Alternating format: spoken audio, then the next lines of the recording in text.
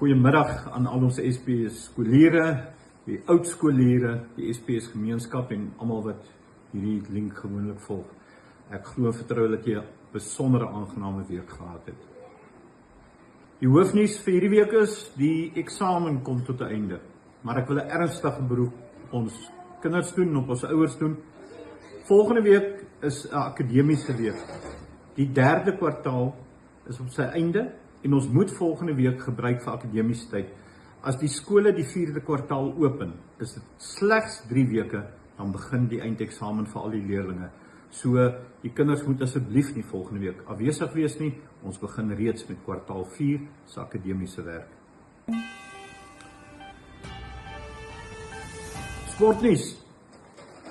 Ons het die naweek die Fast 5 Vrystaat netbal toernooi hier by ons. Ons glo en vertrou dat baie goed sal gaan. Hier's amper 300 netbalspeelsters wat vir die dag hier gaan wees. Dit begin al vroeg die oggend en dit maak eers rondom 5:00 die middag klaar. Kom ondersteun die skool, kom ondersteun die verkope en kom ondersteun ons netbalspanne.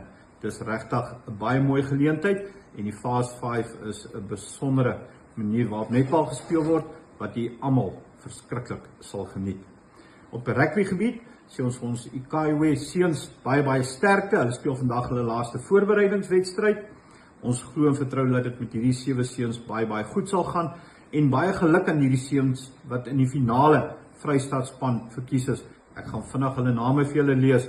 Dis Estienne de Tooy, Charlie Stevens, Wynand de Klerk, Adrian Pinaar, Marno Besuidnout, Owen Roberts en Gideon van Heerden. Baie geluk aan hulle elkeen en ons glo en vertrou dat dit baie goed sal gaan vanmiddag. Wat die weer aan betref, ek gaan nie meer weer voorspel nie, want dit was nie 'n groot sukses gewees nie.